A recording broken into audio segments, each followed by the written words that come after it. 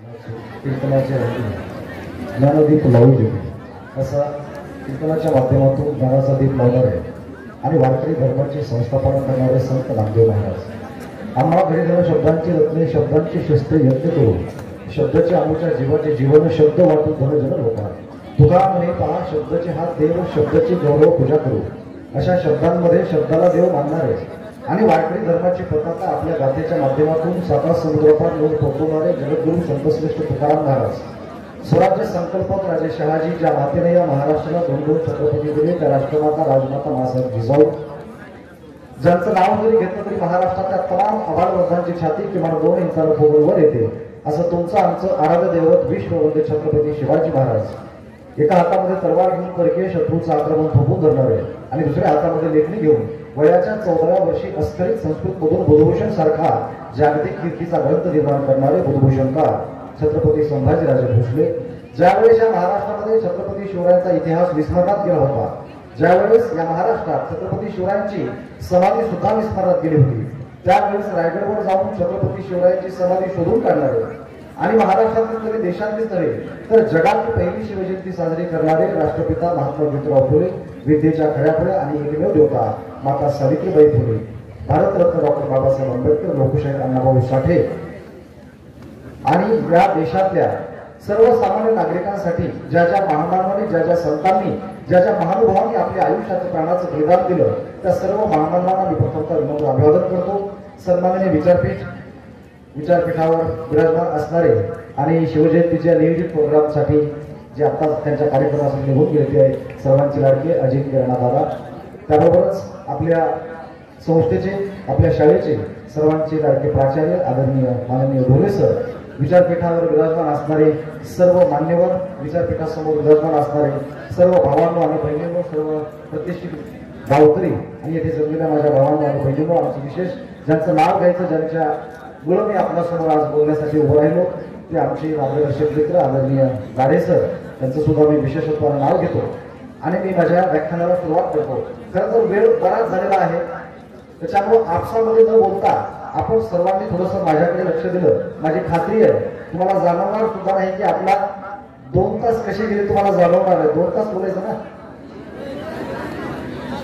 नाही 2 तास बोलणार नाही विनोदासाठी सांगितलं परंतु एकदा या विद्यार्थ्यांनी स्वतःसाठी एकदा जोरदार टाळ्या वाजवा की आपल्याकडे एवढी मोठी गुणवत्ता आहे मला या ठिकाणी शाळेमध्ये आल्यानंतर समजलं म्हणजे बक्षीस वितरणाचा कार्यक्रम सुरू होतो आणि तो बक्षीस वितरणाचा कार्यक्रम सुरू झाल्यानंतर 2-2.5 तास ज्या संस्थेमध्ये बक्षिसाचं वितरण होतं मला म्हणजे कौतुक वाटत होतं सर की अशी संस्था जर मला भेटली असती तर कदाचित आज मी ज्या ठिकाणी आहे त्याच्यापेक्षा सुद्धा अजून पुढे गेलो असतो एवढी चांगली सुंदर संस्था आपल्या अंधर नागपूरमध्ये या ठिकाणी उभं करण्यात आली आहे आजच्या कार्यक्रमाच्या निमित्त छत्रपती शिवाजी महाराजांची जयंती तर आहेच तर त्याबरोबरच आदरणीय लोकनेते बाबारावजी पाटील यांचा स्मृती दिवस सुद्धा आपण आज साजरी करत असतो सर्वप्रथम छत्रपती शिवाजी महाराजांच्या जयंतीनिमित्त आपण सर्वांना मनपूर्वक शुभेच्छा देतो आणि लोकनेते बाबारावजी पाटील यांच्या स्मृतीला मी प्रथमतः वंदन करतो आणि त्याच्यानंतर खरं तर जे माणसं छत्रपती शिवाजी महाराज आपण सांगत असतो पण लक्षात घ्या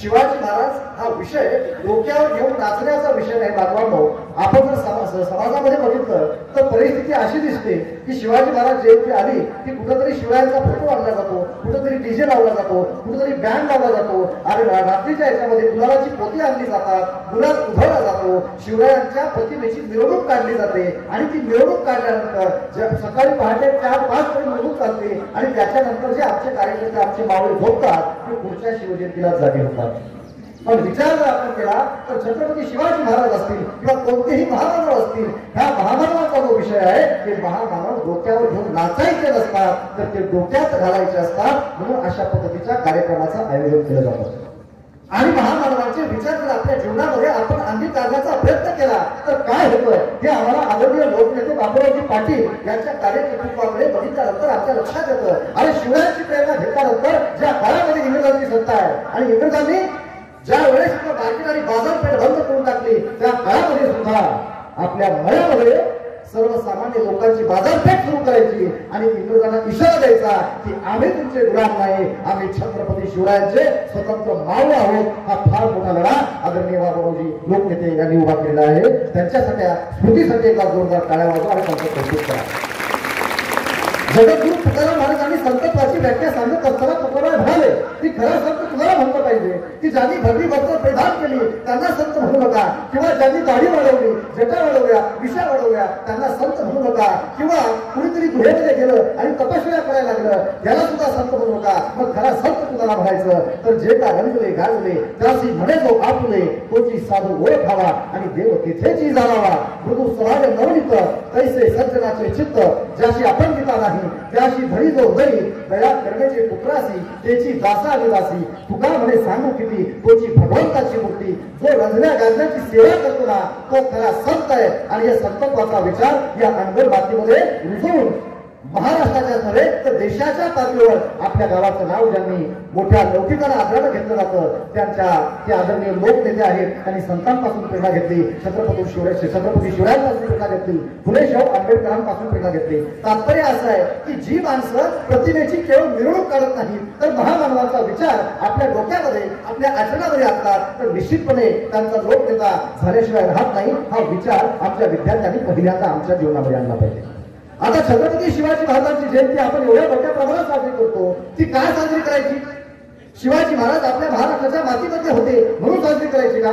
शिवाजी महाराज आपल्या धर्माचे होते म्हणून साजरी करायची का? तर विचार केला, अरे राजे भरपूर झाले, शिवरायांच्या अगोदरही झाले, शिवरायांच्या नंतरही झाले, परंतु आजही आम्हाला राजा म्हटलं की छत्रपती शिवाजी महाराजच आठवला. याचं कारण शिवरायांनी जसं स्वराज्य निर्माण केलं ते स्वराज्य निर्माण केल्यानंतर फक्त आपले लोक सत्तेमध्ये आले पाहिजेत इतकाच त्यांनी विचार केला नाही तर स्वराज्य निर्माण केल्यानंतर या स्वराज्याचं खऱ्या अर्थानं सुराज्य करण्याचं काम छत्रपती शिवाजी महाराजांनी केलं. म्हणून बाकीच्या राजांपेक्षा शिवरायांचं कार्य आणि शिवरायांचं वेगळेपण आम्ही लक्षात घेतलं पाहिजे. आता स्वराज्य निर्माण केलं, शिवाजी महाराज स्वराज्य निर्माते आहेत का? आहेतच, सर्व जग मानतं. पण शिवाजी महाराजांचं स्वराज्य निर्मितीपेक्षा मोठं कार्य काय असेल? जे स्वराज्य त्यांनी निर्माण केलं त्या स्वराज्यामधला सर्वसामान्य जो शेतकरी असेल त्याच्या भाजीच्या देठाला सुद्धा हात लावू नका असं सांगणारे जगातले एकमेव राजे हे छत्रपती शिवाजी महाराज आहेत. आता विचार करा, माणसानं एखाद्याची किती काळजी करावी. आपण सगळेजण घरामध्ये भाजीपाला आणल्यानंतर भाजीचं देठ माहित आहे.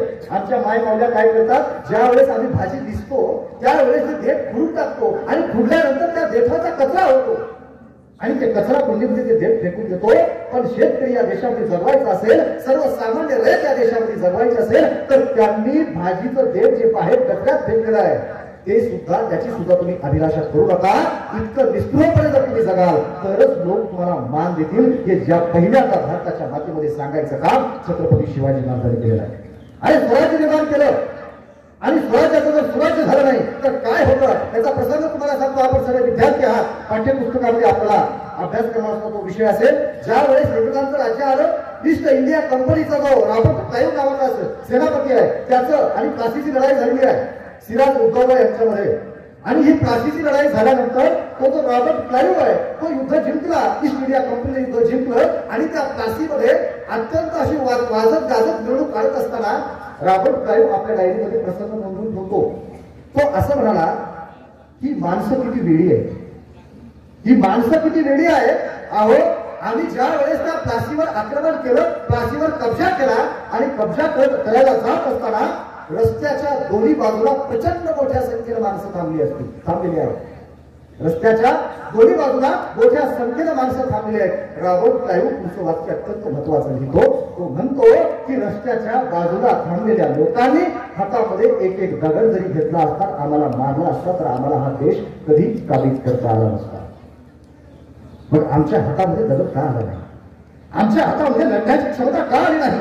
आम्हाला का कुणाचा प्रतिकार करावा लागणार नाही? त्याचं कारण आहे त्या काळामध्ये जर आम्ही सामाजिक परिस्थिती बघितली, त्या काळामध्ये जर एकूणच राजकीय परिस्थिती बघितली तर त्या काळातली जी जनता आहे तिला कोण सत्तेमध्ये आलं, कोणाचं राज्य आलं आणि कोण सत्तेच्या बाहेर गेला, कोणत्या राजानं आमच्यावर आक्रमण केलं याच्याशी त्याला काही घेणं नव्हतं. त्याचं कारण आहे त्या काळामध्ये वतनदारी पद्धत आहे आणि वतनदारी पद्धत असल्यानंतर वतनदाराचं काम आहे की गावामध्ये जाणं, सारा वसूल करणे. सारा म्हणजे टॅक्स.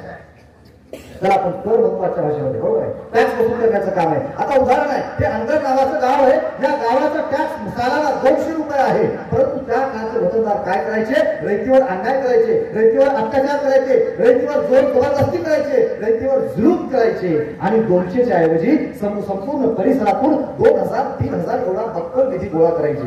हा गोळा केलेला निधी सरकारला 200 रुपये टॅक्स त्यांना देऊन टाकायचा आणि उरलेला पैसा आपल्या खिशामध्ये घालायचा. मग त्या पैशावर काय करायचं? त्या पैशावर शस्त्रास्त्र विकत घ्यायची, त्या पैशावर तलवारी विकत घ्यायच्या, तोफा विकत घ्यायच्या, मोठमोठे गडकिल्ले बांधायचे आणि गडकिल्ले बांधल्यानंतर या देशावर, त्या लोकांवर अजून अन्याय अत्याचार करायचा. अशा पद्धतीचं षडयंत्र त्या काळामध्ये प्रत्येक सुधामध्ये चालू होतं.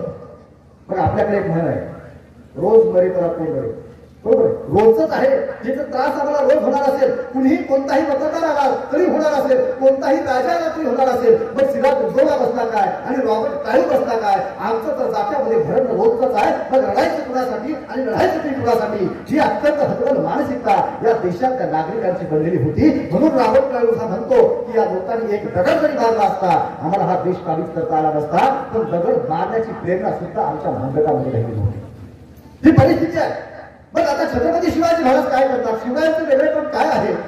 कृष्णाजी हरित सभासद हे छत्रपती शिवाजी महाराजांचे समकालीन आहेत. त्यांनी लिहून ठेवलं की राजे आम्ही देश काबीज केला, शिवरायांचं स्वराज्य निर्माण झालं. वेगळेपण काय शिवरायांचं? राजे आम्ही देश काबीज केला आणि काबीज केल्यानंतर वतनदाराच्या कैदेमध्ये जी रयत होती, पहिल्यांदा ती रयत त्यांच्या कैदेतून, त्यांच्या जाचातून, त्यांच्या जबरदस्तीतून सोडवली आणि त्यांना सांगितलं तुम्हाला महिन्याला कमाई किती आहे? त्यांनी सांगितलं आम्हाला 200 रुपये. शिवाजी महाराजांनी सांगितलं की महिन्याला स्वराज्याच्या तिजोरीमधून तुम्हाला घरपोच 200 रुपये दिले जातील.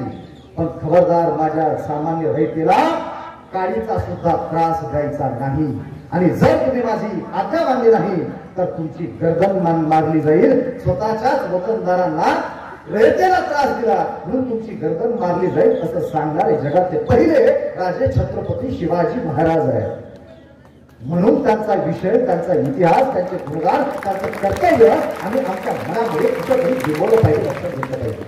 हे आजच्या काळामध्ये आम्ही बघतो तेव्हा आम्हाला मोठी गंमत वाटते की हे सगळं छत्रपती शिवरायांनी कसं केलं असेल? स्वराज्य निर्माण केलं, पण ते स्वराज्य सुराज्य झालं पाहिजे अशा पद्धतीचा अट्टहास आहे. आणि मग शिवाजी महाराज काय करतात? त्यांनी वतनदारांनी जे गडकोट किल्ले बांधलेले आहेत, नामांकित कोट बांधलेले आहेत, ते सगळे गडकोट किल्ले शिवाजी महाराजांनी काढून टाकलेले आहेत आणि त्यांना सांगितलं की तुम्ही सर्वसामान्य लोकांसारखं माझ्या राज्यामध्ये साधं घर बांधून राहा.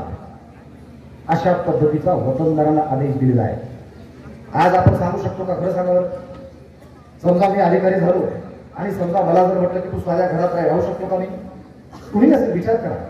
त्या काळामध्ये ज्या वेळेस आम्ही छत्रपती शिवाजी महाराजांची तुलना आजच्या काळामध्ये आजच्या आमच्या नैतिकतेशी करतो ना, त्यावेळेस छत्रपती शिवरायांचं वेगळेपण काहीतरी वेगळंच आहे हे निश्चितपणे आमच्या दृष्टीला आल्याशिवाय राहत नाही बांधवांनो. मग शिवरायांनी काय केलं? ज्यांना जमीन नाही त्यांना जमीन दिल्या, ज्यांच्याकडे बैल बाजार नाही त्यांना बैल बाजार दिला, ज्यांच्याकडे बी बियाणं नाही त्यांना बी बियाणं दिलं. आणि एवढं सगळं केल्यानंतर पाऊस पडणारच नाही तर त्या शेतकऱ्यांना कर्ज माफी सुद्धा करून टाकली. आणि म्हणून अभिमानाने इतिहास सांगतो की या जगामध्ये सामान्य शेतकऱ्यांसाठी कर्ज माफी करणारे पहिले राजे कोण आहे तर ते सुद्धा छत्रपती शिवाजी महाराज आहेत. म्हणून त्यांची जयंती इतक्या मोठ्या प्रमाणामध्ये आजही महाराष्ट्रामध्ये आणि भारतामध्ये साजरी होत आहे. शेतकऱ्यांना पहिल्यांदा कर्ज माफी दिली.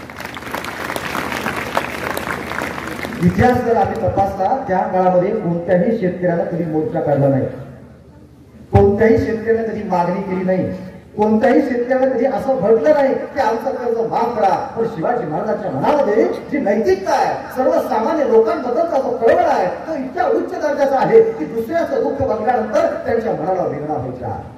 आणि लक्षात घ्या, सामान्य माणसं, मर्त्य माणसं आणि महामानव यांच्यामध्ये एक बेसिक फरक असतो, फार बारका फरक असतो. काय फरक असतो? ज्याला दुसऱ्याचं दुःख बघून आनंद होतो तो सामान्य माणूस, बरोबर आहे? मी काय सांगतो लक्षपूर्वक आहे का? ज्याला दुसऱ्याचं दुःख बघून आनंद होतो तो सामान्य माणूस, आणि दुसऱ्याचा आनंद बघून ज्याला अजूनच आनंद, दुसऱ्याचा आनंद बघून त्याला दुःख होतो, बरोबर आहे? समजा एखाद्याला चांगले पुरस्कार भेटले, आता माझ्यासारख्याला पुरस्कार भेटला नाही तर मला वाटतं यांना कशाला पुरस्कार भेटला, मला दिलंच नाही. सामान्य माणूस. लक्षात आलं? हे संतत्वाचे गुणधर्म नाही आहेत. ते सामान्य माणूस. दुसऱ्याचं दुःख बघून त्याला आनंद होतो तो सामान्य माणूस आहे. पण दुसऱ्याचं दुःख बघून ज्याच्या मनाला वेदना होतात ते संत आणि ते छत्रपती शिवाजी महाराजच असू शकतात. ते सांगायचं काम आम्हाला छत्रपती शिवाजी हा विचार आहे. रंगल्या धरणांचा लोकांचा विचार केला पाहिजे. आणि मग शिवरायांचं व्यक्तिमत्व कसं घडत गेलं याचा आम्ही ज्या वेळेस इतिहासाचा अभ्यास करायला लागतो तेव्हा एक संदर्भ आम्हाला असा सापडतो की तो जगावेगळा संदर्भ आहे. आणि तो संदर्भ कवित्र परमानंद संस्कृत पंडित आहेत. आणि छत्रपती शिवाजी त्यांना आपल्या समाजामध्ये बोलावून घेतलं आणि सांगितलं आमचं चरित्र आमच्या आजोबांपासून लिहून करा. आणि चरित्र लिहायला सुरुवात झाली. आणि ते लिहित असताना कवित्र परमानंदाने राजमाता माँसाहेब जिजाऊच्या डोहाळ्याचे उल्लेख केलेले आहेत. आता डोहाळ्याचे उल्लेख बघा काय वर्णन असेल डोहाळ्याचं. आता विद्यार्थ्यांना डोहाळ्याबद्दल फारसं काही कळणार नाही म्हणजे सायन्स असतील त्याला माहिती आहे. पण डोहाळ्याचे उल्लेख करत असताना कवित्र परमानंदाने असं लिहिलं की जिजाऊला डोहाळे कोणते लागले. राजे शहाजीने विचारलं की माँसाहेब तुम्हाला डोहाळे कोणते लागले. त्यांनी सांगितलं नाही की मला दाग दागिने पाहिजे, मला सोनं नाणं पाहिजे, मला हिरे पाहिजे, जवाहीर पाहिजे, मला उंची उंची वस्त्र पाहिजे किंवा मला पैठणीसारखी साडी पाहिजे. अशा पद्धतीचे त्यांचे डोहाळे नव्हते. जेव्हा राजे शहाजीने विचारलं की माँसाहेब तुम्हाला डोहाळे कोणते लागले त्यावेळी जिजाऊ काय म्हणतात ते कवित्र परमानंदाने नोंदवलेलं आहे. जिजाऊ म्हणतात होय राजे आम्हाला डोहाळे लागले तर कशाचे. आम्हाला हत्तीवर कसा वाटतंय, आम्हाला घोड्यावर कसा वाटतंय, आम्हाला हातात तलवार घ्यावी वाटते, शत्रूचा निपात करावा वाटतो आणि या देशामध्ये शेतकऱ्यांचं स्वराज्य निर्माण करावं वाटतंय. हे डोहाळे आम्हाला लागलेले आहेत आणि हे डोहाळे तुम्हाला पूर्वावेच लागतील. डोहाळे लागले स्वातंत्र्याचे डोहाळे लागले. कशाचे डोहाळे. स्वातंत्र्याचे डोहाळे आहे. आणि ज्या आईला स्वातंत्र्याचे डोहाळे लागतात त्या आईच्या पोटी जन्माला येणारं प्रत्येक बाळ हे भविष्यामध्ये छत्रपती शिवाजी महाराज झाल्याशिवाय राहत नाही. हा सुद्धा या मातीचा आणि या देशाचा इतिहास आहे. हे आम्ही छत्रपतीच्या चरित्रातून समजून घेतलं पाहिजे. आणि तुम्हाला काय म्हणतात गर्भाचे आवडी मातेचा डोहाळा तेथेचा जिव्हाळा तेथे बिंबे. म्हणजे आईचे डोहाळे सांगते की आईचे नसून पोटामधल्या लेकराचे असतात. म्हणजे आईच्या उदरामध्ये असताना सुद्धा छत्रपती शिवरायांना स्वातंत्र्याचे डोहाळे लागले होते. म्हणून लक्षात घ्या ज्या काळामध्ये या देशामध्ये सगळीकडे परकीय लोक राजे आहेत त्या काळामध्ये आईच्या उदरात वाढणारा एक सरदार पुत्र म्हणतोय की मी जन्माला आल्यानंतर या देशामध्ये स्वतः छत्रपती होणार आहे, मी राजा होणार आहे आणि या भारताचा पहिला राजा होण्याचा मी मान मिळवणार आहे. किती मोठं ध्येय आहे. आज जर तुम्हाला शैक्षणिक क्षेत्रामध्ये मोठ्या आणि उच्च पदावर जायचं असेल तर पहिल्यांदा तुमच्या आई वडिलांना यशाचे डोहाळे लागले पाहिजे. पहिल्यांदा आईला लागले पाहिजे. लक्षात घ्या काय लागले पाहिजे त्याचं परत उदाहरण सांगतो. छत्रपती शिवरायांच्या शिक्षणाची तरतूद झाली आणि शिक्षण सुरू झाल्यानंतर बघा कवित्र परमानंदाने तो सुद्धा दिवस बनवलेला आहे. पहिल्या दिवशी शाळेमध्ये गेल्यानंतर आम्हाला काय शिकवतात वर्णमाला शिकवतात. वर्णमालेमध्ये बाराखडी आम्हाला शिकवली जाते आणि त्याच्यामध्ये वर्णमालेतलं पहिलं अक्षर अ. शिवाजी महाराजांच्या हातामध्ये त्या काळातले जे काही साधनं असतील शिक्षणाचे ती साधनं गुरुजींनी दिलेली आहेत, त्यांच्या शिक्षकांनी दिलेली आहेत. शाळेचा पहिला दिवस आहे. अत्यंत महत्वाचा प्रसंग आहे. संपूर्ण व्याख्यान विसरलं तरी चालेल पण छत्रपती शिवरायांचा हा प्रसंग माझ्या विद्यार्थ्यांनी आपल्या मनावर आणि हृदयावर करून ठेवला पाहिजे. कवित्र प्रमाणात लिहितात की ज्या वेळेस छत्रपती शिवरायांच्या हातामध्ये बालशिवांच्या हातामध्ये कलम दिली, पाटी दिली आणि वर्णमालेतलं पहिलं अक्षर अ काढायला सांगितलं आणि त्यांचे गुरुजी म्हणाले की शिवबा हे अक्षर तुम्ही आम्हाला उद्या येऊन काढून दाखवा. शाळा संपली. बालशिवा घरी जातात आणि घरी गेल्यानंतर शाळेचा दुसरा दिवस उजाडला. आता त्या काळामध्ये तुम्हाला असं वाटतं खरं माझी शाळा होती का. जी काही त्या काळातली शालेय शिक्षणाची पद्धती असेल हे कम्पेअर करा. आपल्याला समजावून म्हणून आजच्या भाषेत बोलत आहे. आणि मग दुसरा दिवस उजाडला. शाळेमध्ये बालशिवा आले, त्यांचे सहकारी आले. आल्यानंतर गुरुजींनी सांगितलं शिवा आम्ही तुम्हाला वर्णमालेतलं पहिलं अक्षर सांगितलं तेवढं अक्षर आम्हाला काढून दाखवा. आणि बालशिवा वर्णमालेतलं पहिलं अक्षर जे गुरुजींनी शिकवलं ते अ अक्षर काढतात. आणि शिवबांना शाबासकी देण्यासाठी गुरुजी असा हात वर करला. तिकडे शिवाजी महाराजांच्या हातातली जी पेन्सिल आहे जी कलम आहे ती थांबली नाही.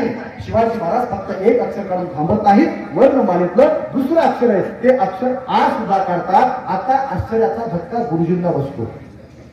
गुरुजीला म्हणतात मनातल्या मनात विचार करतात मी जे काल शिकवलं हेच पोरं अभ्यास करून येत नाही आणि आम्ही बालशिवांना एक अक्षर शिकवलं हे दुसरं अक्षर काढलं कसं याचं आश्चर्य वाटलं. हा प्रसंग कवित्र परमानंदाने नोंदवला आणि मग ते गुरुजी शिवबांना विचारतात की शिवबा आम्ही तुम्हाला एक अक्षर शिकवलेलं आहे तेवढंच काढून दाखवायला सांगितलं असताना हे दुसरं अक्षर तुम्ही कसे शिकलात. त्यावेळेस चिमुकल्या तोंडातून बालशिवा उत्तर देतात की गुरुजी घरी गेल्यानंतर माँसाहेब जिजाऊ राजे शहाजी तुम्ही काय शिकवलं हे तर विचारतातच पण तुम्ही उद्या काय शिकवणार हे सुद्धा आम्हाला घरी सांगायचं काम करतात. तुम्ही अक्षर अ सांगितलं, पण माझ्या आई बाबांनी मला तुम्ही आ शिकवणार आहात हे माझा घरी गृहपाठ करून घेतला, म्हणून मी हे अक्षर काढू शकलो.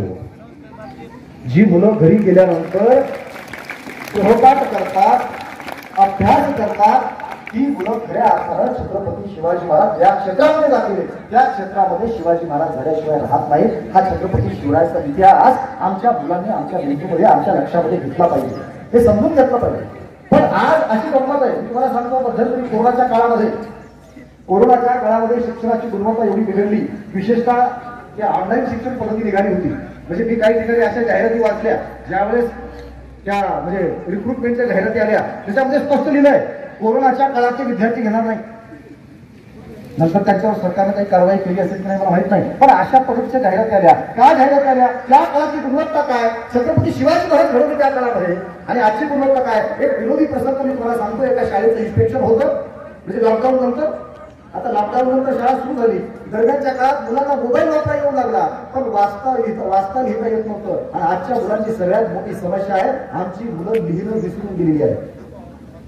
आणि लिहून जेवढा अभ्यास होतो ना तेवढा अभ्यास मोबाईलने होत नाही, तुमच्या कॉम्प्युटरने होत नाही, तेवढा लॅपटॉपने होत नाही. म्हणून युपीएससीच्या परीक्षेमध्ये मल्टिपल चॉईस क्वेश्चन होते 100%, त्यातले काही प्रश्न कमी केले आणि लिखाणाचा सराव व्हावा आणि तुमच्या कल्पनाशक्तीला वाव मिळावा, इमॅजिनेशन पॉवरला वाव मिळावा. म्हणून युपीएससीने सुद्धा आता काही मला वाटते मोठमोठे उतारे जे आहेत, मोठमोठे प्रश्न, लिखित प्रश्न, हे प्रश्न आता अभ्यासक्रमामध्ये समाविष्ट केले आहेत. कारण गुणवत्ता ही लिखाणाला वाढत असते. आणि मग कोरोना नंतर शाळेचा सर्वे सुरू झाला, इन्स्पेक्शनसाठी गुरुजी आले आणि आमच्या विद्यार्थ्यांची गुणवत्ता काय करा. कोरोना नंतरची शाळेत गेले गुरुजी, वर्गामध्ये गेले आणि वर्गामध्ये गेल्यानंतर इन्स्पेक्शन सुरू झालं. आणि त्या काळामध्ये धडा होता, काय होता धडा, स्वयंवरामध्ये ते जे शिवधनुष्य असतं ना, शिवधनुष्य ते रावणानं उचललं आणि शिवधनुष्य मोडून गेलं. आपला सर्वांना माहितीये, हा प्रसंग सर्वांना माहितीये शिवधनुष्य मोडल्याचा. आणि मग गुरुजी वर्गात जातात, इन्स्पेक्टर वर्गात जातात, तपासणी अधिकारी, आणि गेल्यानंतर आता विचार करा, म्हणजे आता मी ज्या शाळेमध्ये शिकलो आहे तेव्हा अशी पद्धत होती, जेव्हा जेव्हा इन्स्पेक्शन असायचं समोरच्या बाकावर बसणारे हुशार विद्यार्थी मागे येऊन बसवायचे. ते असं काय करत तुम्हाला माहित नाही, आमच्या गुरुजींनी आम्हाला माहित नाही, मागे येऊन बसवायचं आणि मागच्या बाकावरचे विद्यार्थी पुढे आणून बसवायचे. का?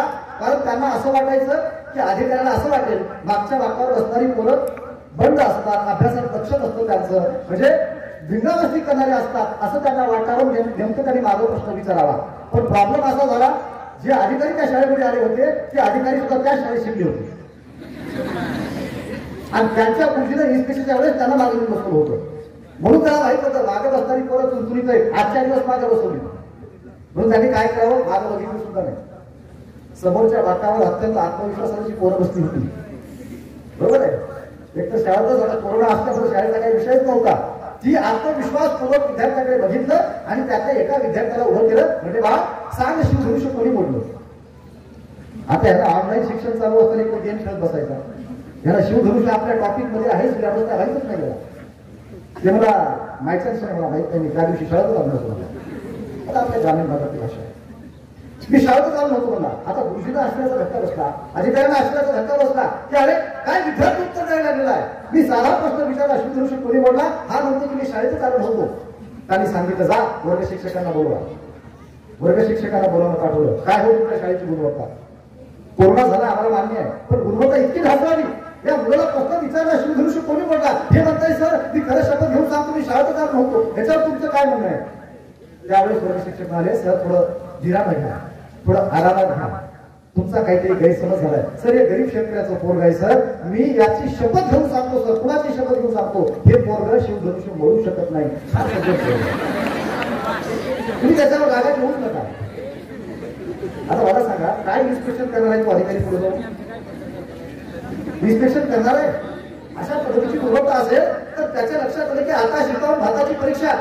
बरोबर आहे, आता काही पुढे जाण्यामध्ये अर्थ नाही. आपण याची तक्रार आता सरळ केलं पाहिजे आणि मुख्याध्यापकाकडे केली पाहिजे. मुख्याध्यापकांकडे गेले, त्यांना बरोबर पाठवलं की बघा तुमच्या शाळेची गुणवत्ता. मी पहिलाच विद्यार्थी विचारला शिवधनुष्य कोणी मोडलं, ते पोरग म्हणते ज्या दिवशी शिवधनुष्य मोडलं त्या दिवशी मी शाळेत आलो नव्हतो, हाजरी काढा, तपासणी करा. वर्ग शिक्षकाला सांगितलं, वर्ग शिक्षक म्हणतात ते पोरग सज्जन आहे सर, ते खडू सुद्धा बोलू शकत नाही, ते शिवधनुष्य बोलू शकत नाही, त्याची गॅरंटी मी घेतो. याच्यावर तुमचं काय म्हणणं सांगा. मुख्याध्यापकांना सांगता आला की बाबा ठीक आहे कोरोना झाला होता, कोरोनानंतर सुद्धा ऑनलाईन आमची मुलं शिकली, अभ्यासापासून दुर्लक्ष झालं, पण एवढं दुर्लक्ष व्हावं आणि त्यांनी दुसऱ्या मुलं उभं केलं, जा रे म्हणजे बाहेर जा, एक काठी घेऊन ये. काय झाले, बाहेर जा, एक काठी घेऊन ये. या विद्यार्थ्याला मी एवढं मारतो आणि कबूल करून घेतो की यानं शिवधनुष्य बोलले. आता एवढं म्हटल्यानंतर त्या अधिकाऱ्यानं राजीनामा दिला, तो हिमालयात निघून गेला. तुला सांगायची गरज आहे का?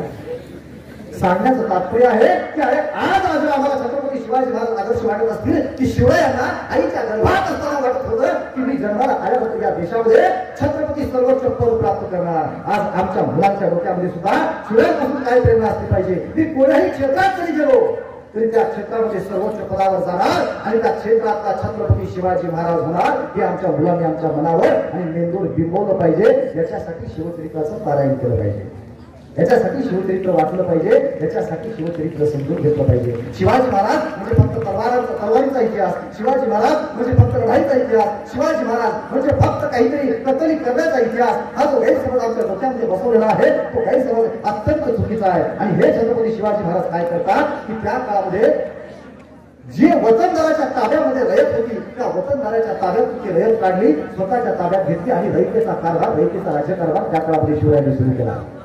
आणि जर तुम्ही समजा छत्रपती शिवरायांचा आदेश मानलाच नाही तर शिवाजी महाराज कसे वागायचे याचं उदाहरण आहे रांजेगावचा पाटील बाबाजी भिकाजी बिगर त्याचं नाव आहे. त्या काळामध्ये दोन गरीब शेतकऱ्याच्या मुलीसोबत बद अमल करण्याचं काम केलं. बद अमल याचा अर्थ बरेच इतिहासकार वक्ते सांगतात बलात्कार केला, पण बद अमल या शब्दाचा अर्थ बलात्कार होत नाही. त्याचा अर्थ आहे गैरवर्तणूक केलेली आहे महिलेसोबत आणि गैरवर्तणूक केली सामान्य महिलेसोबत. हे छत्रपती शिवाजी महाराजांच्या लक्षात आलं. मावळ्यांना पाठवलं, वतनदार जो प्रस्थापित त्याला बोलवलं, पाठवलं, दरबारामध्ये उभं केलं आणि उभं केल्यानंतर त्या महिलेला बोलवलं.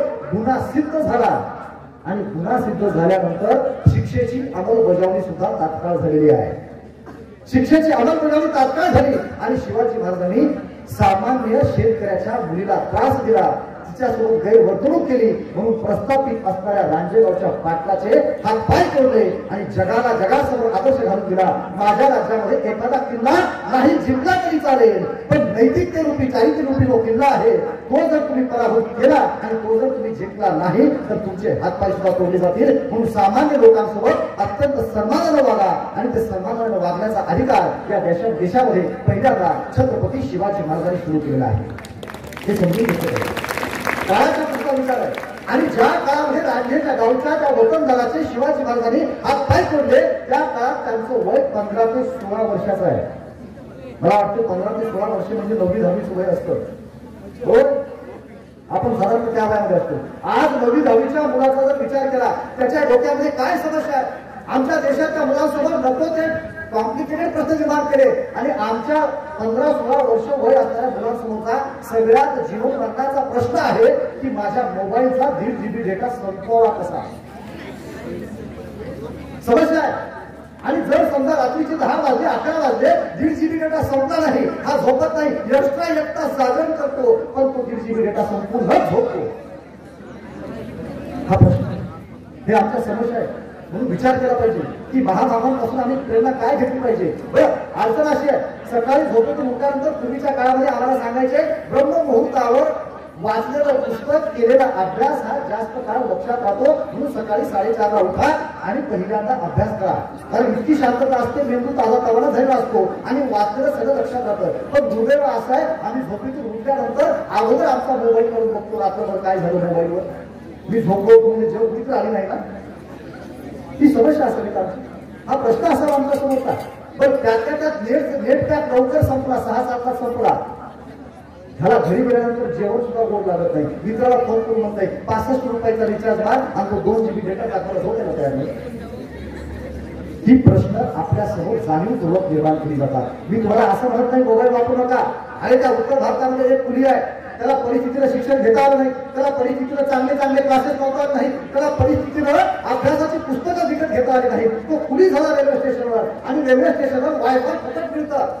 जेव्हा रेल्वे यायची प्रवासी उतरायचे, त्यांची वजन उचलायचं, जी काही हमाल आहे ती पदरामध्ये पाडून घ्यायची आणि जेव्हा रेल्वे जायची उरलेल्या वेळेमध्ये हा जो हमाल आहे त्या रेल्वेचा फुकटचा वायफाय वापरायचा आणि त्याच्यावर ऑनलाईन अभ्यास UPSCचा करायचा. आणि असं करत करत कारण 3 वर्ष सगळं अभ्यास केला, ऑनलाईन अभ्यास केला. नेटचा चांगला वापर करून घेतला आणि त्याच्यानंतर युपीएससीची परीक्षा दिली आणि क्लास 1 अधिकारी झाला. हमालाचा क्लास 1 अधिकारी करण्याची क्रिया याच इंटरनेटमध्ये आहे. फक्त त्याचा वापर आम्ही कसा करतो फक्त याच्यावर डिपेंड आहे. उदाहरणार्थ एक चाकू आहे, धारदार चाकू. तो जर एका गुंडाच्या हातामध्ये दिला तर तो समोर त्याचा प्राण घेऊ शकतो. पण तोच जर चाकू एखाद्या सर्जनच्या हातामध्ये दिला तर ते एखाद्यावर ऑपरेशन करून त्याचा आजार बरा करू शकतं. म्हणजे तुमची नैतिकता कोणत्या पद्धतीची आहे त्याच्यावर सुद्धा या साधनांचा वापर कसा केला पाहिजे हे डिपेंड आहे. आणि म्हणून छत्रपती शिवाजी महाराजांचा इतिहास सांगत असताना की शिवाजी महाराज हे किती काळाच्या पुढचा विचार करणारे होते याचा अजून एक उदाहरण आहे. ते म्हणजे छत्रपती शिवाजी महाराजांचे दुसरे चिरंजीव ज्यांचं नाव आहे छत्रपती राजाराम महाराज. त्यांचा जन्म 24 फेब्रुवारी झालेला आहे. आज जसं 19 फेब्रुवारीला आपण शिवजयंती साजरी करतो 24 फेब्रुवारीला राजाराम महाराजांचा जन्म झाला. तो प्रसंग सुद्धा कृष्णाजी अनंत सभासदाने आपल्या ग्रंथामध्ये लिहून ठेवला. त्याला सभासद बखर म्हटलं जातं. आता ज्यावेळेस प्रसंग बघा मोठा वाटा आहे. शिवरायांना लेकरू झालं, बाळ झालं आणि झाल्यानंतर दासी पळत आल्या आणि त्यांनी सांगितलं महाराज आपणास पुत्र झाले. आनंदाची गोष्ट आहे. आणि महाराज काहीतरी बक्षिशी देण्यासाठी हात पुढे करतात. तितक्यात त्या महिला मान खाली घालतात आणि सांगतात महाराज आपणास पुत्र झाले परंतु ते पालथे झाले. आता विचार करा मुलगा पालथा जन्माला येणं फार मोठा अपशकुन आहे. दरबारात बसलेल्या माणसाने ती गुण सुरू केली. अरे मुलगा पालथा जन्माला अपशकुन झालेला आहे. धर्मशास्त्रामध्ये अपशकुन सांगितलेलं आहे. आता काहीतरी करावं लागेल, कोणत्या तरी विधी करावे लागतील, अन्यथा आमच्या स्वराज्यावर संकट आल्याशिवाय राहणार नाही. अशी कुटकुट चालू असताना छत्रपती शिवाजी महाराजांचे उद्गार बघा. दरबारामध्ये उपस्थित असणाऱ्या कृष्णाजी अनंत सभासदांवर नोंदवलेले उद्गार आहे. ते काय म्हणतात? लोकांची कुटकुट चालू आहे की अंधश्रद्धा आहे वगैरे वगैरे चालू असताना शिवाजी महाराज म्हणतात बरं काय झालं आमचा मुलगा जर पालथा जन्मला हे अपशकुन नाहीये. ज्या अर्थी माझा मुलगा पालथा जन्मला तो दिल्लीच्या औरंगजेबाला पालथा घातल्याशिवाय राहणार नाही हे त्या जन्माच्या प्रसंगातून छत्रपती शिवाजी महाराज. आम्ही किती नैराश्यामध्ये जातो. ज्याला काय म्हणतात जर मोटिवेशनल भाषणामध्ये जर मोटिवेशनल व्याख्यामध्ये जर बघितलं त्याला ऑप्टिमिस्टिक म्हणतात. माणसाने किती ऑप्टिमिस्टिक असावं. आता औरंगजेब उल्लेख निघाला. औरंगजेबाचं एक उदाहरण आहे. ज्या काळामध्ये भूकंप झाला आणि भूकंप झाल्यानंतर त्याच्या सरदारांनी आता उल्लेख निघाला म्हणून तुम्हाला सांगतो. सरदारांनी जाऊन सांगितलं की या पाप कर्म तुमच्या पाप कर्मामुळे पृथ्वी रागात आलेली आहे आणि पृथ्वीमध्ये खळबळ माजली आहे म्हणून हे भूकंप झाला. त्या काळामध्ये एवढं काही त्यात प्रगत नव्हतं. तरी सुद्धा वाचनानं काय उत्तर दिलं माहिती का? म्हणजे वेळे आहात तुम्ही. माझं काम बघून पृथ्वीला आनंद झाला पृथ्वी नाचायला लागली. ऑप्टिमिस्टिक उदाहरण सकारात्मक असलं पाहिजे. पण उदाहरण काय आहे छत्रपती शिवरायांचं माझा मुलगा पालथा जन्मला हा अपशकुन नाहीये. ज्या अर्थी तो पालथा जन्मला दिल्लीची पादशाही पालखी घातल्याशिवाय राहणार नाही. काळाचा पुढचा विचार आहे. शिवाजी महाराजांनी कसलेही कर्मकांड केलं नाही. आणि आज अशी परिस्थिती मला सांगतो जिथं स्पीड ब्रेकर असतात ना तिथं स्पीड कमी करायची असते. आमची पोरं स्पीड कमी करते म्हणजे आपल्या शाळेत नव्हे मी संभाजीनगरच्या पोरामध्ये सांगतो. स्पीड ब्रेकर आल्यानंतर स्पीड तेवढीच असते फक्त हे कुठून शिकून जातो. सिग्नल लागला 40 सेकंदाचा 45 सेकंदाचा सिग्नल असतो. थांबत नाही. भरत पोलिसांना करतात काय 45 सेकंदामध्ये काय गुन्हे झाले म्हणजे असं कोणतं काम आहे तुझं? काय नरेंद्र मोदी साहेब तुला बोलले थांबलं. शिस्त कायदा पाळणे म्हणजे शिवाजी महाराजांचा तो काळ लक्षात घ्या. नुसतं शिवाजी महाराजांचा जयघोष करून काही होत नाही. या देशाचा कायदा पाळणे, डिसिप्लिन पाळणे, शिस्तता पाळणे, आई वडिलांचा सन्मान करणे, शिक्षकांचा सन्मान करणे म्हणजे खऱ्या अर्थाने छत्रपती शिवाजी महाराजांची तत्व आचरणामध्ये आणणे आहे. याच्यापेक्षा शिवचरित्र म्हणजे दुसरं काहीच नाही जे आम्ही समजून घेतलं पाहिजे. मग माझ्या डोक्यामध्ये संकल्पना आली माणसं स्पीड ब्रेकरवर थांबत नाही का? मग तिथं एक काळं माणसं ठेवा. हे काय सांगायला लक्ष देते? स्पीड ब्रेकरवर सिग्नल लागूनही थांबत नाहीत ना, सिग्नलवर थांबत नाहीत ना, काळं मांजर ठेवा. लोक आले काळं मांजर सोडायचं बरोबर 10 पावलं लागत होतं. डोक्यामध्ये अंधश्रद्धा आजच्या काळामध्ये आमच्या होलेल्या आहेत. पण शिवाजी महाराज काळाच्या पुढचा विचार आणि धर्मशास्त्रामध्ये लिहिलेला आहे समुद्र उल्लंघन पाप आहे. समुद्रामध्ये जर तुम्ही पाय ठेवला तर तुमच्या 7 पिढ्या निर्वंश होतील. मला पिढीच राहणार नाही अशा पद्धतीची वर्णन धर्मग्रंथामध्ये आहे. पण शिवाजी महाराजांनी अभ्यास केला. अरे परकीय लोक इंग्रज आले समुद्राच्या मार्गाने आले, मोगल आले खैबर खंडीतून आले, पोर्तुगीज आले समुद्राच्या मार्गाने आले, सिद्धी आले समुद्राच्या मार्गाने आले, डच आले समुद्राच्या मार्गाने आले आणि या देशाचा कोणताही राजा झाला पण त्याला समुद्रामध्ये पाऊस पोचायला नाही का? डोक्यामध्ये अंधश्रद्धा. एवढं जाऊ द्या. मुघलांचं आशिया खंडावर राज्य आहे, पण मुघलांचं सुद्धा स्वतःचं आरमार दल नव्हतं. पण छत्रपती शिवाजी महाराज इतके विवेकी आहेत, काय चांगलं आहे आणि काय वाईट आहे याची जाण त्यांना होती. त्यांच्या लक्षात आलं की समुद्रामध्ये उतरल्याशिवाय समुद्रावर सत्ता प्रस्थापित करता येत नाही, आणि म्हणून पहिल्यांदा छत्रपती शिवाजी महाराजांनी भारताच्या इतिहासामध्ये स्वतःची जहाजं बनवली आणि समुद्रामध्ये खडा पहारा उभा केला. म्हणून छत्रपती शिवरायांना फादर ऑफ इंडियन नेव्ही म्हटलं जातं. आणि याला जोडून दुसरं एक वाक्य आहे, नुसतं फादर ऑफ इंडियन नेव्ही नाही तर फादर ऑफ मर्चंटाईल नेव्ही सुद्धा आहे. व्यापारी शिवाजी महाराजांची व्यापाराची जहाजं जायची कुठं? इराण, मस्कत, अशी लांब इतकी लांब शिवाजी महाराजांची जहाजं जायची. आणि त्या काळामध्ये काळाच्या धर्मग्रंथामध्ये सांगून सुद्धा शिवाजी महाराजांनी स्वतःचं आरमार दल उभं केलं. नुसतं आरमार दल उभं केलं नाही तर बसरूरवर स्वतः शिवाजी महाराज जहाजात बसून गेले, बसरूरवर हल्ला केला आणि तो प्रांत सुद्धा आपल्या ताब्यात आणलेला आहे. आणि हे करत असताना माणसांवर एवढी निष्ठा आहे, माणसांबद्दल एवढा कळवळ आहे. एक उदाहरण, एक वाक्य शिवाजी महाराजांकडे येतं, महाराज मनुष्याचे भुकेले लोकांचा संग्रह करू लागले. आणि माणसं कशी जोडली पाहिजेत याचं एक उदाहरण तुम्हाला सांगतो. आणि माझं व्याख्यान आपण व्याख्यानाच्या शेवटाकडे चाललो आहोत. लालजी कोळी पाटील नावाचा एक फार मोठा कोळी त्या काळामध्ये होता. कोळी समाजाचा आहे, आगरी कोळी समाज होता. आणि आगरी कोळी समाज आपण जर आज मुंबईला गेला तर समुद्रामध्ये जेवढ्या होड्या आहेत ना त्या सगळ्या कोळी समाजाच्या आहेत. कारण त्यांचं जे जीवनमान आहे ते सगळं त्या समुद्राशी संबंधित आहे. मासेमारी करायची, पोट भरायचं, मिठाचा निर्माण करायचं, पोट भरायचं, एवढा त्यांचा पारंपरिक व्यवसाय आहे. आणि त्याच समुद्रामध्ये सिद्धी जी आहे, सिद्धी यांचा जंजिरा किल्ला सुद्धा उभा आहे. शिवाजी महाराजांनी तब्बल 8 वेळेस आक्रमण केलं, एकदा सुद्धा किल्ला जिंकता आला नाही. शेवटपर्यंत तो किल्ला स्वतःमध्ये आला नाही. शेवटपर्यंत संभाजी महाराजांनी सुद्धा प्रयत्न केले पण तो किल्ला जिंकता आला नाही, तो अजिंक्यच राहिला. आणि ते सिद्धी म्हणजे कोण? त्याला हबशी म्हटलं जातात. हबशी म्हटलं तर समजतं का नाही? आफ्रिकन लोक, आफ्रिकन 6-6, 7-7 फूट हाईट असतात आणि असे एकदम जितपाट लोक असतात ना, त्यांना सिद्धी म्हटलं जातं. जिथं जिथं इतिहासामध्ये सिद्धी उल्लेख येतो समजून घ्यायचं हा आफ्रिकन आहे. सिद्धी इब्राहिम आफ्रिकन आहे. हबशी जिथं उल्लेख येतो समजून घ्यायचा आफ्रिकन आहे. आणि हे इतके क्रूर होते की अंगावरची साल्ट सोडून त्याच्यावर मिठाचं पाणी फिरवायचे, डोळे काढून त्याच्यामध्ये मिठाचं पाणी टाकायचे. आणि एखाद्याचं समजा जर त्याने पुढे गुन्हा काही केला असेल त्याचा कुटुंब कबीरा सरसकट कापून टाकला जायचा. आणि त्याचा जो गुन्हा करणार आहे त्याला पोटेच्या तोंडी केलं जायचं, त्याची चिखले केली जायची.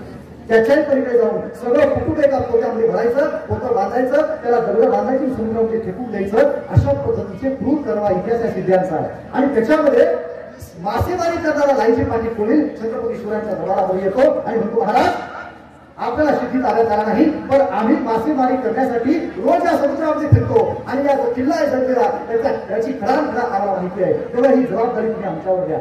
तर दरबारामध्ये सरदार वगैरे हसायला लागले.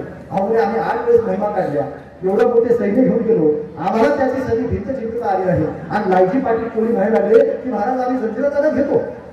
मग महाराजांनी विचारलं तुमच्याकडे काय योजना आहे? आणि सांगितलं, महाराज रात्रीच्या अंधारात आम्ही जाणार, अंधारामध्ये गेल्यानंतर आमचे सगळे कोळी मंडळी जे आहेत ती तिथं जाणार आणि त्याची जी तटबंदी आहे त्या तटबंदीवर या शिडा उभ्या करणार. तुम्ही तुमचं सैन्य पाठवा, मावळे पाठवा, मावळे येणार, शिडीवरून किल्ल्याच्या आत जाणार, किल्ल्याचे दरवाजे काढणार, शत्रूचा निपात करणार आणि सकाळपर्यंत तो किल्ला आपल्या ताब्यात. खरं योजना 100% यशस्वी होणारी वाटली. आणि शिवाजी महाराजांनी त्या सामान्य माणसाला जबाबदारी दिलेली आहे. ते लालजी पाटील कोळी आपले समजून घेतात आणि ती जी दोरीची शिडी असते ती सगळे आपल्या त्या नावेमध्ये भरतात आणि भरल्यानंतर जातात. आता तटबंदीची उंची किती आहे? ती काय 10 फूट 20 फुटाची तटबंदी नाहीये. 4 मजली इमारत, आज शहरामध्ये जी 4 मजली इमारत असते ना तेवढी फक्त तटबंदी आहे किल्ल्याची. अजूनही जाऊन बघा, फक्त तटबंदी. आणि मग लालजी पाटील कोळी जातात, साधारणतः 12-1चा सुमार आहे. आणि वर त्या तटबंदीवर जे फिरणारे ते सिद्धी आहेत ना त्यांची नजर चुकवत जिथपर्यंत समुद्राच्या लाटा जातात तिथपर्यंत ते तटबंदी शेवाळलेली आहे. तरी सुद्धा अत्यंत खडतर संघर्ष करतात आणि ती शिडी पूर्ण करतात, तटबंदीवर उभी करतात.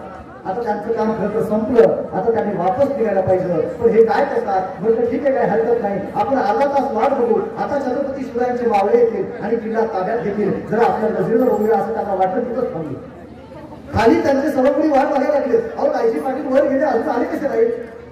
2 वाजले, 3 वाजले, 4 वाजले, आता उघडायची वेळ झाली तरी सुद्धा सैन्य छत्रपती शिवरायांचं सैन्य आलं नाही. लालजी पाटील कोळीच्या मनामध्ये धाकधूक सुरू झाली. खरं तर त्यांना लक्षात आलं पाहिजे की आपल्याला जर तुम्ही पकडलं तर पोत्यामध्ये घालून समुद्रामध्ये बुडवणार आहे.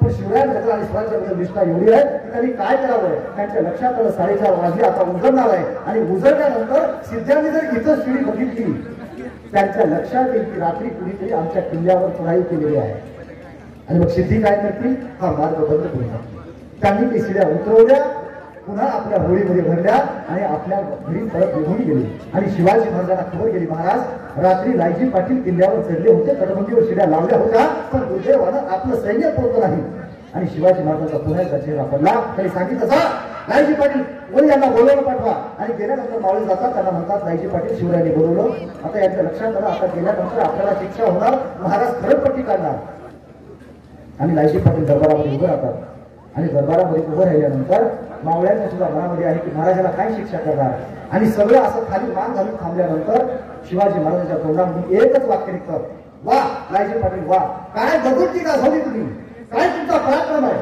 आता लोकांना वाटतं महाराज असं काम नाही लागले लायजीला सुद्धा आश्चर्य वाटलं काय झालं महाराज काही आगळी झाली का अहो नाही तुम्ही नुसत्या शिडी चढवली नाही तर ती शिडी तुम्ही उतरवली सुद्धा म्हणजे या ठिकाणावर हल्ला करण्याची एक संधी तुम्ही अजूनही शिल्लक ठेवलेली आहे म्हणून तुमचं कौतुक करावं तुम्हाला कमी आहे लायजी पाटील तुम्हाला शाबासकी देण्यासाठी दरबारामध्ये बोलवलेला आहे जर स्वराज्याचे नियम पाळले नाहीत तर त्याचा रांजेगावचा पाटील करायचा आणि स्वराज्यामध्ये चांगली कामगिरी केली तर लायजी पाटलासारखं कौतुक करायचं ते छत्रपती शिवाजी महाराजांचं तत्व होतं आणि म्हणूनच त्यांच्या एका शब्दासाठी माणसं जीव द्यायला तयार झाली नुसतं लायजी पाटलाचं खोटं कौतुक त्यांनी केलं नाही तर शिवाजी महाराज काय म्हणतात आजपासून तुम्हाला पालखीचा मान दिला आणि त्यांना पालखीचा मान दिला जातो आता पालखीचा मान तुम्हाला लक्षात येणार नाही आजच्या भाषेत समजून सांगायचं म्हणलं तर कलेक्टर झाल्यानंतर लहान देवाची गाडी भेटते तिथे पुन्हा कलेक्टर व्हायचं नाही काही स्वप्न आहेत का नाही आपली स्वप्न बघायला पैसे लागायला घेत स्वप्न तर किती पाहिजेत हा एका ठिकाणी प्रवास चाललो प्लॅटफॉर्मवर रेल्वे थांबली एक व्यक्ती असा खात होता आला रेल्वे अर्धा तास थांबली आहे मी म्हटलं मला काही दिसत नाही याच्या हातामध्ये खाण्याचे पदार्थ आणि खातोय काय म्हणजे उतरलो प्लॅटफॉर्मवर गेलो आणि बघितलं जवळ जाऊन हातामध्ये काहीच नाहीये आणि तरी ती व्यक्ती खायची ऍक्टिंग करतोय मी म्हणलं बाबा काय खाताय ते बोले चटणी भाकर खातोय मी म्हणलं मला चटणी दिसत नाही भाकरही दिसत नाही ते बोले मी गरीब घरचा आहे ना वेळेला चटणी आणि भाकर सुद्धा नाही मग कशी खाताय मनातल्या मनात खातोय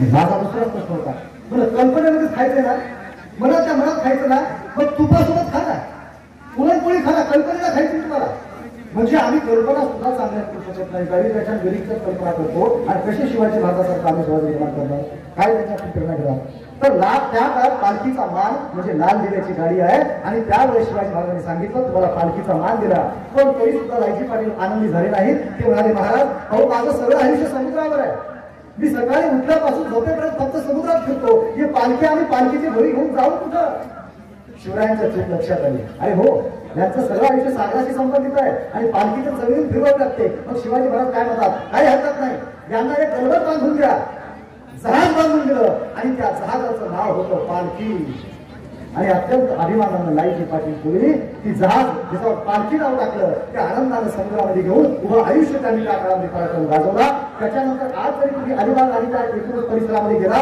या लायजी पाटील कोळ्यांचे वंशज आहेत ते अत्यंत अत्याधुनिक नाव त्यांच्याकडे आहे पण अत्याधुनिक नावेवर सुद्धा एकच नाव आहे ते म्हणजे पालखी कारण ते नाव छत्रपती शिवाजी महाराजांनी दिलेला आहे त्याची जाणीव त्यांच्या वारसांना आहे आणि म्हणून बांधवांनो छत्रपती शिवरायांचा इतिहास कसा फार मोठा आहे सांगायला बसलो तर दिवसही पुरणार नाही माझा रात्री कार्यक्रम झाला मी तुम्हाला सांगितलं रात्रभर प्रवास करून इथपर्यंत आलो आता पुन्हा प्रवास करून आम्हाला आष्टीमध्ये पुन्हा संध्याकाळच्या कार्यक्रमात जायचंय आपण सुद्धा बराच वेळेस बसलेला आहात जर तुम्हाला छत्रपती शिवाजी महाराजांच्या चरित्राची काही पुस्तकं आमच्याकडे आहेत माझे इथं मित्र काकासाहेब हरते बसले आहेत जर तुम्हाला पाहिजे असेल फक्त 100 रुपयाला शिवचरित्र आहे आपण आवर्जून घेऊ शकता मोठ्यापैकी आहेत फक्त जाता जाता एकच सांगतो की आई वडिलांना वाटतं की शिवाजी महाराज घडले पाहिजेत परंतु दुर्दैवानं आज जिजाऊ आणि शहाजी ज्या पद्धतीने त्या काळात संस्कार करायचे तसे राजे शहाजींचा आणि जिजाऊचा विचार घेणारी माणसं नाहीत म्हणून आजचे संस्कार कसे आहेत स्वार्थी संस्कार कसे व्हायला लागले एका कवितेच्या माध्यमातून सांगतो आणि माझं व्याख्यान थांबवतो आजची आई संस्कार काय करायला लागली आई म्हणते बाळ शिवाजी व्हायचं असतं आई म्हणते बाळ शिवाजी व्हायचं असतं कुणाच्या आध्यात पडायचं नाही कुणाच्या मध्यात पडायचं नाही आपलं तेवढं पाहायचं असतं आणि बाळ शिवाजी व्हायचं असतं बरोबर मुलगा सहलीला निघाला ट्रॅव्हल्स आणि आई करा वडील करा स्ट्रोगरला ट्रॅव्हल्स पर्यंत गेले मुलगा ट्रॅव्हल्स मध्ये बसणार पायरी चढायला लागला पटकन आईने त्याच्या डोक्यावर हात ठेवला बाळ विसरू नको शिवाजी व्हायचं असतं बाळ विसरू नको शिवाजी व्हायचं असतं. सहलीला जाताना ट्रॅव्हल्सच्या मधोमध बसायचं असतं. पुढून ठोकलं मागून ठोकलं आपण तेवढं वाचायचं असतं आणि बाळ शिवाजी व्हायचं. मुलगा चांगला अभ्यास केला, गुणवत्ता प्राप्त झाला, गुणवत्ता प्रावीण्य मिळवलं आणि तो कोटा राजस्थान कोटा इथं त्याचा नंबर लागला. आता मुलगा ज्यावेळेस वस्तीतील आमचे राहायला जातो तेव्हा आईची माया कशी असते, आई चांगले चांगले पदार्थ बनवून देते ना. जेव्हा मेस नसेल सुट्टी असेल सकाळी भूक लागली काहीतरी खाण्यासाठी बनवून देते, तसं त्या मुलाला ते पदार्थ बनवून दिले. मुलगा कोटा राजस्थानला जाण्यासाठी निघाला आणि जाताना सुद्धा आईने सांगायला लागले बाळ लक्षात ठेव विसरू नकोस तिथं गेल्यानंतर सुद्धा शिवाजीच व्हायचं असतं. बाळ तिथं गेल्यानंतर सुद्धा विसरू नको शिवाजीच व्हायचं असतं. आणि तुला जर भूक लागली चादर पांघरून आतल्या आत खायचं असतं, कुणालाच द्यायचं नसतं. बाळ शिवाजी व्हायचं. मला सांगा हा छत्रपती शिवाजी महाराज घडवण्याचा कार्यक्रम आहे का? जिजाऊने असा विचार केला असता तर शिवाजी महाराज घडले असते का? आणि 6 मुलं झाली, 5च्या 5 मुलं जगावली, एकटा मुलगा जगला. आज जर एकुलतं एक लेकरू असेल तर मायबाप त्याला कुठं ठेवून काय नाही असं करतात. एकुलता एक मुलगा असताना सुद्धा अफजल खानाच्या भेटीला पाठवतात आणि जाताना ज्यावेळेस शिवाजी महाराज मागवून बघतात जिजाऊ म्हणतात शिवा तुम्ही जिंकणार आम्हाला माहिती आहे, पण जर समजा अफजल खानाला तुमचं काही बरं वाईट केलं तर बाळ शंभू राजाला गादीवर बसवेल आणि शेतकऱ्यांचं राज्य निर्माण करेल. तुम्ही घाबरू नका, बिनधास्त तुम्हाला पुढे जा. एकटा मुलगा सुद्धा स्वराज्यासाठी अर्पण करून टाकला. छत्रपती शिवाजी महाराज संभाजी महाराज 9 वर्षाचे असताना आग्र्याला गेले पण स्वतःचा राजपुत्र ओलिष्ठ होणार. आपण ज्यावेळेस बँकेतून कर्ज घेतो काय घेतो, प्रॉपर्टीचे कागदपत्र घेतो. शिवाजी महाराजांनी पोटचा गोळा रक्ताचा गोळा औरंगजेबकडे ओलिष्ठ केलाय. स्वराज्य निर्माण होतं पण स्वराज्य निर्माण करण्यासाठी फार मोठा त्याग लागतो. इतका त्याग आपल्या मनामध्ये यावा. आपण छत्रपती शिवाजी महाराजांचा किमान एक तरी गुण घ्यावा एवढंच मी या ठिकाणी आव्हान करतो. मला आयोजकांनी या ठिकाणी बोलण्याची संधी दिली त्याबद्दल आयोजकाचे आभार मानतो. आणि बराच वेळ होत सुद्धा माझ्या विद्यार्थी मित्रांनी मला ऐकलं त्याबद्दल आपले आभार म्हणून थांबतो. धन्यवाद. जय जिजाऊ जय शिवराय.